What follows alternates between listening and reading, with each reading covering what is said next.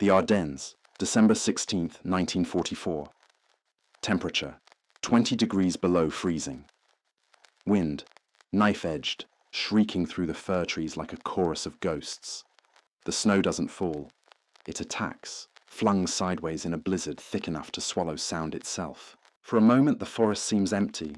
Then it awakens. Gunfire blooms out of the dark like sparks in cotton. The night flashes in bursts of orange light, and the silence shatters into a metallic storm. A single sound rises above the chaos, the deep-throated roar of engines. Dozens of them. The growl of German Panthers, 45 tons of armor grinding over ice-packed roads, their treads biting into crusted snow. They move with mechanical arrogance, as if the forest itself must yield to their weight. Somewhere ahead, half hidden in the storm, another noise joins the symphony.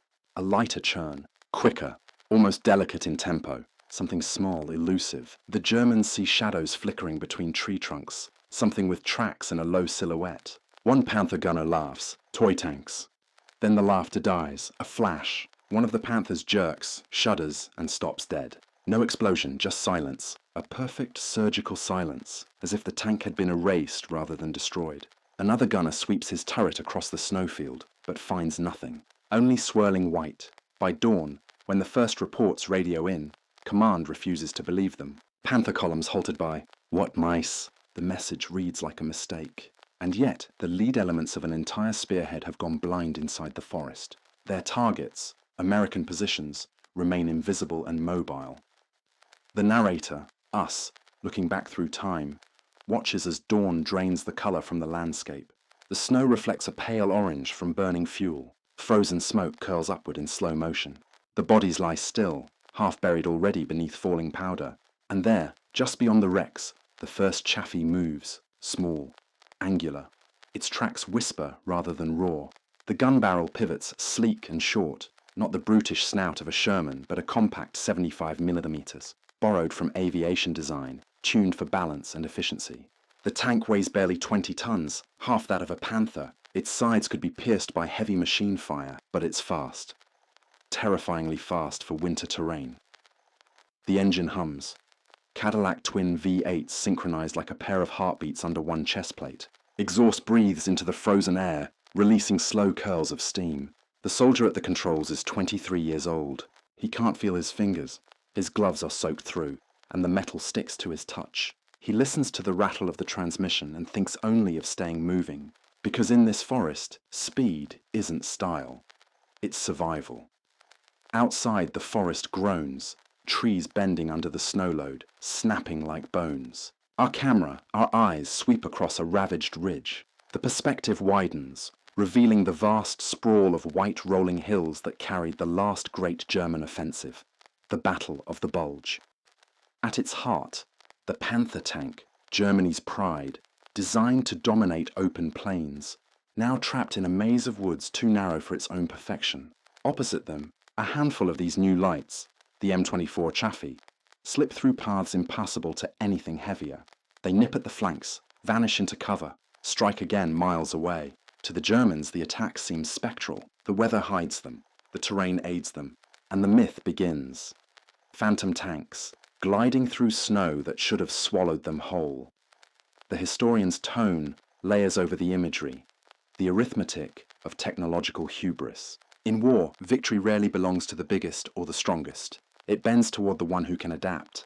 The Chaffee wasn't supposed to matter. It was late to the war, a footnote in production lists, a compromise built for a doctrine nearly obsolete. Yet here, amid ice, panic, and surprise, it finds the one environment where lightness becomes dominance. We linger on a close-up, a frost-covered emblem, US star half veiled by ice. A glove slides over it, brushing the snow away. The camera tilts to the horizon, to the white curtain of morning fog beyond which the German columns still advance, unaware they've already stepped into an ambush crafted by nature and acceleration. The voice drops quieter now, confiding. They thought nothing that small could hurt them. They didn't realize they weren't fighting tanks anymore. They were fighting physics itself. The image fades to the Chaffee's silhouette, viewed from behind, dissolving into the glare of sunrise. But this was no spontaneous miracle. Somewhere, far from these frozen woods, Men had been planning this moment for years, welding a dream that weighed only 20 tons. Detroit, 1943. The factories never sleep. Sparks rain from ceiling cranes. Molten light paints the rafters orange. Beneath the roar of machinery, the city breathes war. Tank hulls hang from chains like iron skeletons, still dripping with oil. Every blast of compressed air, every smell of scorched metal, signals the same impossible ambition. Build something powerful enough to survive, and fast enough to flee the nightmare it creates.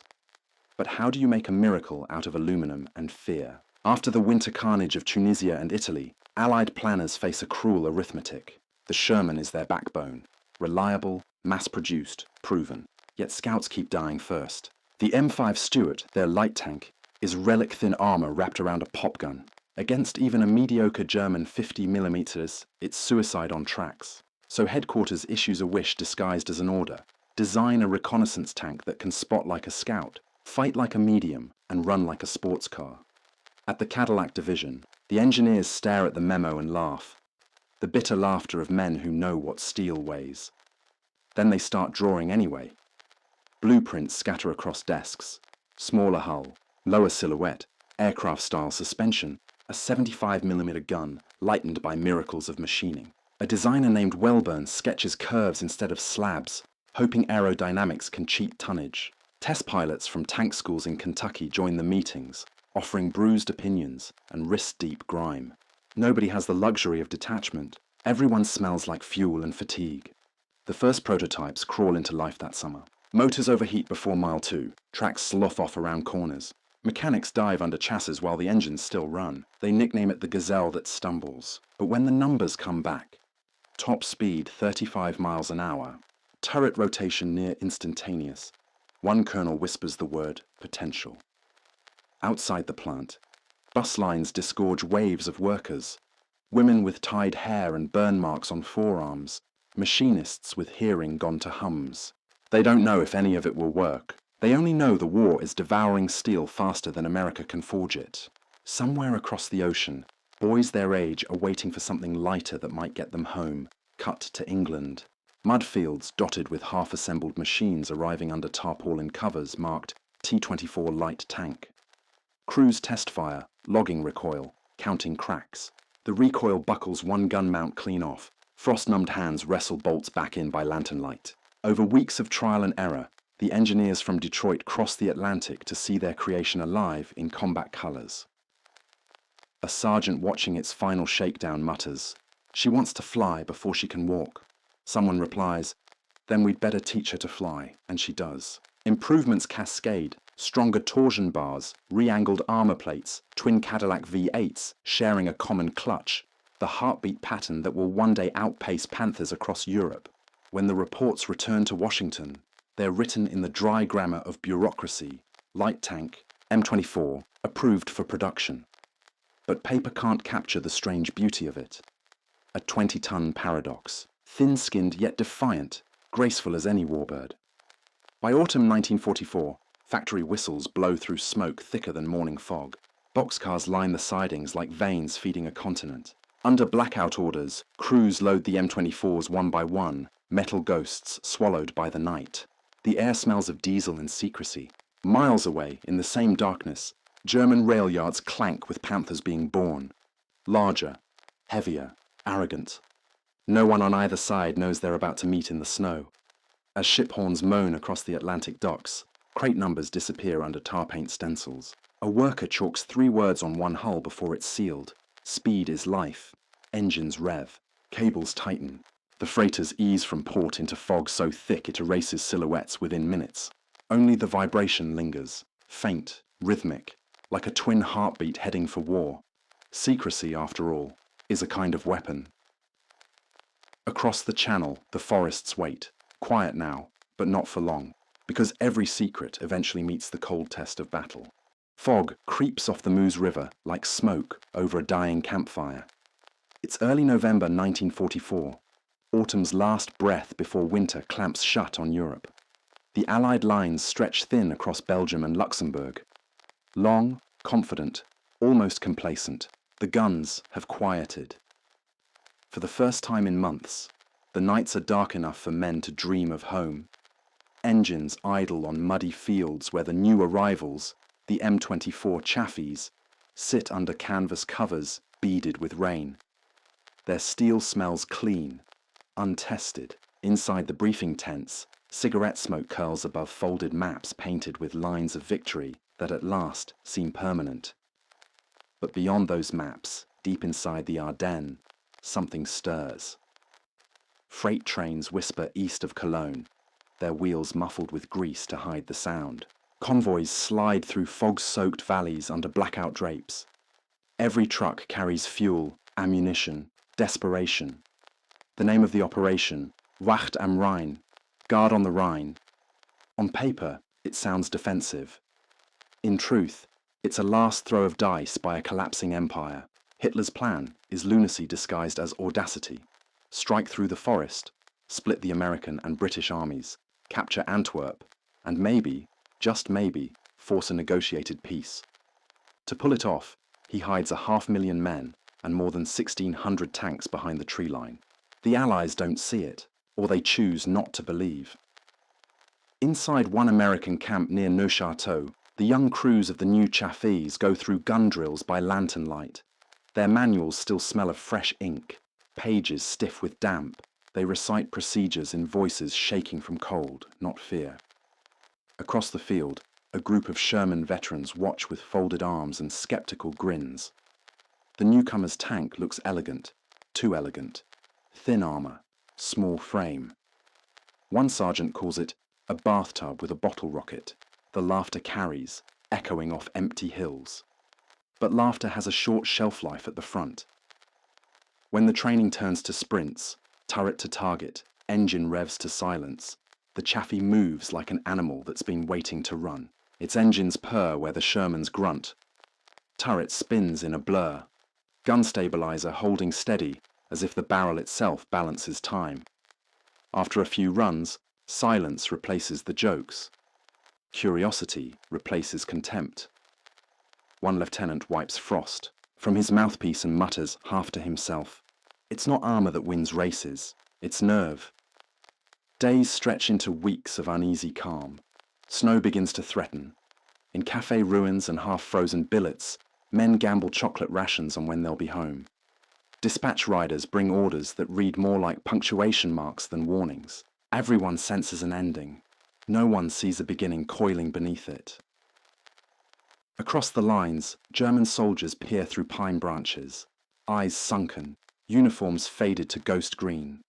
Their officers whisper promises of redemption. The forest listens, or pretends to. They wait for the signal that will turn silence into avalanche. Back in the Allied camps, the Chaffies are assigned to scattered reconnaissance troops, 8th Armoured, 4th Cavalry, 20th Corps. No fanfare, no speeches, just engines starting, exhaust steaming upward like sighs. To headquarters, their arrival is a footnote. To history, it will be prelude. By the second week of December, the air smells of snow and diesel. Birds are gone, replaced by reconnaissance planes humming low over the treetops. Their observers radio nothing unusual, just forest, always forest. Yet, on the edge of hearing, another noise grows, a faint, rhythmic thunder from beyond those same hills. Too constant for weather, too deliberate for wind. Men pause mid-sentence to listen, hearing nothing, then everything. The narrators, tone darkens, the way sky darkens before lightning. In a war of noise, it was the quiet that should have terrified them most. By mid-December, these young Chaffee crews, barely a month out of Detroit's assembly lines, will find themselves parked directly across the path of the greatest German gamble since 1940. They don't know it yet. They still joke under their breath and warm coffee against exhaust manifolds. But the snow is coming, and with it, a storm no one believes can exist. When that storm finally breaks, it won't announce itself with thunder. It will arrive on tank treads, rolling out of the forest like an avalanche made of steel. December 16, 1944, at 05:30, the world ends in thunder. The first shells fall on the American lines with the weight of an ancient curse. 800 guns roaring at once across 80 miles of front. The forest heaves. Trees tilt, roots torn from the frozen soil. Men wake submerged in snow, choking on earth that has turned liquid under concussion. Radio towers buckle. Telephone wires go black. The war, which had been creeping toward closure, suddenly reverses its direction. From the mist, the Germans return. Columns of panthers and tigers surge forward through the drifts. Steel profiles vast and elegant, their turrets wreathed in morning smoke. Camouflage nets hang in tatters. Engines growl low, diesel breath turning to vapor in the sub-zero air. Each tank weighs nearly 50 tons. Each has been built with the precision of a cathedral. They were never meant for forests like these, but they come anyway, carving new roads through pine and snow. In the chaos above Monchaux and Clervaux, American units reel backward. Orders vanish under the avalanche of static. The front fractures into fragments, companies fighting alone, squads lost in valley fog. Inside a small recon troop west of Bastogne, the newcomers, the M24 Chaffees, receive what might be the simplest order of the entire campaign. Delay them, observe, survive. The crews don't have time to be afraid. They kill engines, listen, and hear the approach before they see it. The deep mechanical rhythm of the Panthers crawling closer. Then, the first dark hulks emerge between tree trunks. The Chaffees start their dance. Engines ignite with a snarl. The twin Cadillacs hitting fury from silence. Their commanders know the math. Half the armor, 1/3 the mass, and a gun that can barely dent a Panther's nose at distance. But they also know the map. The Ardennes is no plain. It's a labyrinth. Speed and nerve can replace thickness here. Down a forest track slick with ice, Lieutenant Bridges' platoon splits formation. One cuts left through a logging path. Another swings wide to flank. He speaks into the radio, voice cracking through static. Stay mobile. Speed saves us now. The first 75mm rounds from a Panther shriek through the tree line. Snow and bark explode outward. Chaffees slide in reverse, tracks spinning, using sheer agility to vanish and reappear between slopes. Their return fire sounds lighter, faster, a staccato heartbeat against the bass rumble of German guns. In one clearing, fate flips the script. A Panther advances too far down a bend, its long barrel struggling to turn. From the fog to its right, a Chaffee bursts out, hull swinging, smoke jetting from exhausts. The gunner doesn't think. He fires at 35 yards, point blank into the tank's thinner side armor.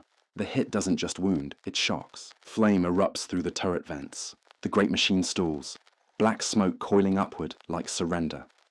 For a heartbeat, both sides freeze. No one believes what they've seen. A 20-ton scout tank has just crippled a Panzer that outweighs it more than 2-to-1. Then sound returns, a crack of branches, orders shouted in 2 languages. The forest reanimating around the wreck.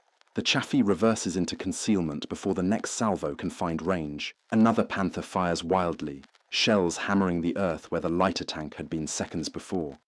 The camera roams through the chaos. Snow turned grey by cordite. Tracers slicing across the white void. Tank commanders ducking beneath open hatches. Somewhere a sergeant scrambles out to lay a field phone line over blown wiring. For every success, a dozen crews vanish under flame. The narration quickens. War is heartbeat, pulse speeding, breath shortening. By noon, reconnaissance reports finally reach Corps Command. They read like riddles. Enemy armor columns sighted at Houffalize, Stoumont, Clervaux. Multiple American units cut off. And yet, notes in the margin. Enemy tanks delayed near forest roads. Cause, unknown light elements. Those light elements are the Chaffees. The afternoon dims early in the Ardennes. Snowfall thickens again. Men crouch beside cooling gun barrels, steam rising from their gloves. Radio silence falls, the eerie momentary calm after hours of mechanical fury. Behind the line of wrecked Panthers, the forest breathes smoke through its wounds. Analysts will later call it a minor action, a footnote. But the veterans will remember the feel of it, the recoil in their shoulders, the smell of burning paint, the disbelief that nimbleness could outlive brute strength.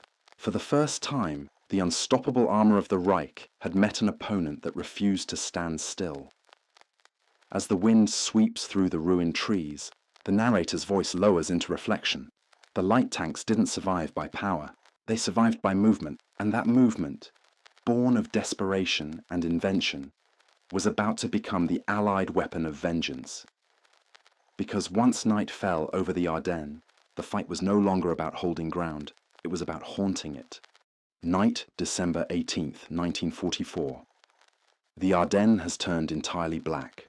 No moon, no starlight, only snow reflecting a dull spectral blue from far-off fires. The battle that began with thunder is now whisper warfare.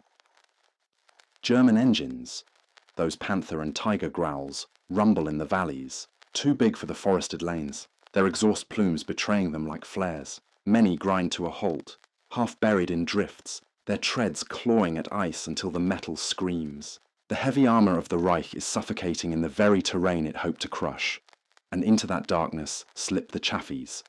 Smaller, lighter. Their engines don't growl, they purr. Their silhouettes barely break the tree line. The twin V8s throb at a murmur, like a predator's restrained breath. To the infantry, these tanks appear and vanish without warning. One moment, a glint of hull across the road. The next, only the tracks left glowing faintly under phosphorescent snow.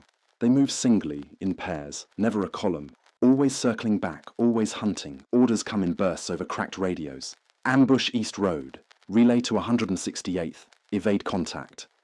The network of light armour becomes a nervous system, connecting fragments of the American front still scattered and half in retreat. When headquarters loses sight of its divisions, the Chaffees find them first. A corporal later writes, in his diary, that the night looked stitched together by tracers. He describes seeing the snow glow blue where the rounds cut it. Another recalls alternating minutes of hysteria and silence, skirmishes so brief that the echoes disappeared before heartbeat returned. Yet in that silence, the danger magnifies. Each man knows one Panther shell, one lucky hit, and the thin hull becomes coffin metal. There's no pretending otherwise. Inside, breath fogs on instrument panels. Skin sticks to the frozen grips of the .30 caliber. Every ricochet clatters through bone, but no one hesitates, because every minute they stall, the German advance buys another alive hour for Bastogne. On the back roads to St. Vith, black ice gleams under burning farmhouses. The air tastes of diesel soot and blood-salted smoke. Chaffee crews load ammunition by hand flash, rounds slipping through gloves stiff as boards. Patrols of 2 tanks glide past wagons of refugees, their engines throttled down to a hum, headlamps off. German columns thunder somewhere beyond the ridge. The small tanks flatten themselves into shadow, waiting for the convoy to pass before darting forward again. They are learning a strange truth. Speed is not motion alone, it's invisibility. One engagement near Ouldeng lasts 12 seconds. A Panther sits half-turned on a road embankment, engine idling as its crew repairs track links. From the opposite hedgerow, a Chaffee fires once, 2, 3 times. The first shells deflect, the third punches into the open engine bay. The German returns no shot. Flames roll out silently, swallowed by the snow. The Chaffee's commander exhales once into the microphone. Target neutralized, moving south. And then he's gone. The tank leaving nothing but churned ice and the echo of its passage. By midnight, the reconnaissance net they weave stretches across 40 miles of ruined countryside. They don't hold ground. They connect it, running messages, escorting columns, ferrying fuel to units that are otherwise ghosts themselves. The pace breaks men long before bullets do. Sleep comes as jolts behind the eyelids, measured in road bumps and distance covered. Coffee freezes solid in its canteen, but still they drive. The Germans give their new tormentors a name whispered over field radios. Die kleinen Panzer mit Hass. The little tanks with hate. It's not sarcasm. It's grudging respect. They've begun to fear what they can't see and can't catch. Near dawn, in a frostbitten farmhouse converted to command post, an American officer studies a map littered with pins and cigarette burns. His hand trembles as he draws new lines between units. Thin tracks connecting pockets of resistance that survive solely because of those phantom scouts. He sighs, the fatigue cracking through his voice. "We don't hold the line," he mutters, tracing his pencil from Bastogne to St. V. "We run it." The camera pulls back from the map, past the dim kerosene lantern, into the window glazing over with ice. Outside, distant beam headlights crawl through the forest. Chaffees on the move again, spectral and tireless. Because the longer they ran, the closer the storm chased, and soon speed alone would no longer be enough. December 20th, 1944. Snow no longer falls, it presses. Each flake lands with the weight of fatigue, building a silence thick enough to drown radio static. What was once battlefront has become labyrinth. Roads vanished beneath glass ice, convoys stalled like fossils mid-motion. Fuel drums sink into drifts. Rations freeze solid before dawn. In this paralysis, only the Chafees still move. Their tracks etch thin black scars through cobalt snow, running from one pocket of survivors to the next. Messages, ammunition, coordinates. Everything flows through their armor now. Without them, Patton's reinforcements might as well be blind. At midnight comes a new order, simple in words, suicidal in meaning. A message must reach Bastogne. The paratroopers there are surrounded, low on everything, and the only passage narrow enough for a Chaffee crew lies from Houffalize south. A corridor of shell holes and smoke. The crew of Easy 7 volunteers before they think it through. 4 men, same exhaustion painted behind their eyes. Same nervous grin that soldiers use when they've already accepted the odds. In minutes, they're topping off fuel tanks with the dregs from reserve cans, barely 30 gallons. The driver, Private Campbell, just nods. More than enough, if downhill counts. They roll out into darkness. Inside the cramped hull, everything runs by metronome. The vibration of twin Cadillac V8 syncing heartbeat to machine pulse. Gauges flicker between cold and colder. Outside, wind scours the armor until it shrieks faintly, an eerie keening across the weld marks. The commander listens through helmet speakers, one ear tilted for artillery, the other for the ticking drift of seconds. Every mile is a decision. Risk open roads where snow blinds the gun sights, or squeeze through forest trails where one fallen tree could mean death by immobility. They choose speed. The narrator's tone tightens. Time itself fractures into moments, or of 57 hours. Faint headlights ahead. A German half-track edging to crossroad position. The Chaffee guns before the crew even finishes cursing. One 75mm round tears through the driver's compartment. Explosion flashes red, then black again. They don't linger to count flames. 22. The Panthers begin to hunt. Their heavier engines echo through valleys behind. Deep, rhythmic thunder, closing slowly but surely. Each minute the sound swells like a drumbeat. The Chaffee outruns them not by horsepower but by nerve, crossing frozen rivers that no 40-ton tank would dare touch. Ice groans under the tracks. The commander whispers the distance, as though prayer could reinforce physics. 2 miles. 1. Then, light. Artillery flares blossom overhead, cascading emerald against white ground. For a heartbeat, the Chaffee is exposed. A silver insect scurrying across polished moonlight. A German gun finds its range. The shell lands behind them, close enough to tip the tank sideways in shockwave. When vision steadies, the road that existed seconds ago is gone, replaced by a smoking crater, fuel spilling into firelight. Campbell doesn't slow. He throws gears forward, treads clawing out of the impact plume. The men have gone beyond fear now. There's only timing left. 204, Bastogne's outskirts. The town is more ruin than structure, snow mixed with plaster, yet the 101st still hold. The Chaffee knocks twice on the inner cordon gate, one long, one short, and is waved through by silhouettes too tired to cheer. They stop with the fuel gauge buried at 0. Exhaust hisses into still air. For a long minute, no one speaks. The men stare at the message satchel, lying untouched between them, realizing the impossible part wasn't delivering it. It was surviving long enough to know that they had. Outside, Bastogne burns gently under drifting snow. Church bells frozen mid-tone by ice. From somewhere in the distance, the low churn of German armor continues, searching for ghosts that refuse to stop moving. The narrator's tone softens, voice blended with the rhythm of cooling metal. Speed had saved them, not supremacy. That single fact, light defeating heavy through motion alone, would soon redraw every armored doctrine written since the first tank crawled into battle. Because even as Bastogne held its breath, far south, a larger counterstroke was already forming, the moment when movement itself would turn the tide. Christmas Eve, 1944. For the soldiers of the Ardennes, the holy night sounds nothing like peace. The bells of Bastogne are silent, their towers shattered. Instead, the air trembles with engines, hundreds of them, moving north. Patton's Third Army is coming, from the south, along roads iced into glass. Miles of olive-drab armor crawl toward the Bulge that has swallowed the heart of Belgium. Every jeep grill glints under the moon like a rosary of resolve. Behind those lines are artillery convoys, refuel trucks, Red Ball Express drivers who haven't slept in 40 hours. But at the very tip of the spear, running ahead of the columns, are the Chaffees. They are no longer the hunted. They are the pathfinders of a counterattack. The snowstorm that once concealed the Germans now hides the Americans instead. From the high ridges above the Suir River, the light tanks move like will-o'-the-wisps, their engines throttled low to a whisper, their treads packed with frost so they leave no shine. One crewman later wrote, "You could smell the rubber burn before you saw us." Without those scouts, Patton's hammer would swing blind into the trees. Radio lines still snap too often for coordination. Maps of the Ardennes are more guesswork than geometry. It's the Chaffee patrols, small, impatient, fearless. That sketch the new front, mile by mile. Their commanders learn to read terrain the way others read scripture. Snowbanks for concealment.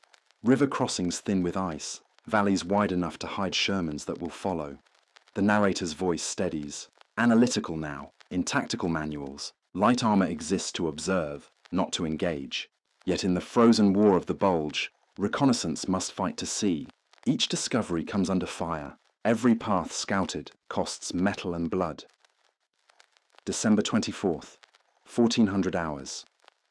From Neufchâteau northward, Patton's divisions punch forward. The roar of 155mm howitzers forms the baseline of the offensive. Fighter bombers sweep above, dropping silver streams of bombs that vanish before sound catches up. Amid this violent ballet, the Chaffees leap ahead, marking targets with smoke grenades, feeding coordinates into radios patched straight to artillery net. They do not destroy the Panthers head-on. They unmake their advantage. When heavies stall along snow-choked roads, Chaffees guide them through forest spurs and frozen creeks, threading paths around ambushes they've already sprung and escaped. Imagine it, a Panther's turret turning sluggishly in sub-zero grease while, half a valley away, a 20-ton silhouette slides through fog. One flash, one report, then nothing but echoes. German tankers begin to fire at ghosts. The battle becomes a rhythm, statement, counterstatement, darkness, illumination, speed, reaction. By dawn on Christmas Day, Patton's vanguard reaches the outskirts of Bastogne. The relief column slows only once. A Chaffee troop ahead finds a bridge wired for demolition. They charge regardless, guns firing as they cross. Smoke thick enough to erase the river beneath. When the first Shermans roll up minutes later, the bridge still stands, half frozen, half burning, a miracle of timing and nerve. The camera of memory widens. Aerial view, the white forest veined by black roads, each streak a path carved by light armor. Explosions bloom like red flowers threaded through snow. Narration swells with awe. Across those valleys, the smallest tank on the American roster dictated the movement of giants. By knowing when to appear and when to vanish, it turns siege into motion. The German spear collapses under its own weight. Fuel shortages, jammed roads, fatigue. The Panthers retreat in increments. Shells bouncing off their frozen turrets as crewmen abandon them into ditches. For every kilometre reclaimed, the Chaffees have sketched it first, mapping enemy weakness not on paper, but in exhaust trails through powder snow. Night again. The offensive breathes out. Men eat from cold tins beside their tanks, listening to the crackle of distant artillery that sounds almost like a hearth. A radio transmission filters through static. Bastogne link established. Merry Christmas. For a moment, there is silence, and then the low laughter of disbelief. They have survived the unbelievable, and yet none of them call it victory. Not yet, because beneath the snowdrifts lie the burnt silhouettes of both predator and prey, proof that speed and courage cannot control cost. The voice softens into reflection. The tide has turned. The world's lightest tank now carries the burden of momentum itself. But every mile forward in this frozen miracle drags behind it the weight of what war has already taken. South of the burning forest, where the echoes finally fade, the snow begins to melt, and what that melting reveals will test triumph more than any battle yet fought. January 1945. The snow that once hid armies now exposes their ghosts. It melts inward from the trees first, turning white powder into grey slush that smells of oil, gunpowder, and rot. The Ardennes, battlefield, graveyard, warning. The camera moves low across the thaw, a helmet half buried in ice, a frozen hand still clutching a radio handset, bridge cables twisted into sculptures no imagination could sketch. Everything that was motion now stands still. The battle that began as catastrophe has ended as exhaustion. The German gamble, Wacht am Rhein, is broken, its spearheads shattered, its fuel gone. The once roaring Panthers sit silent, their blackened hulls crowding crossroads like memorials no sculptor wanted to build. Their engineers had promised invincibility through armor and size. Now those same giants bleed rust into streams they once forded in triumph. Beside one of them idles an M24 Chaffee, tracks crusted with mud, sides scored by shrapnel scars turned to frost.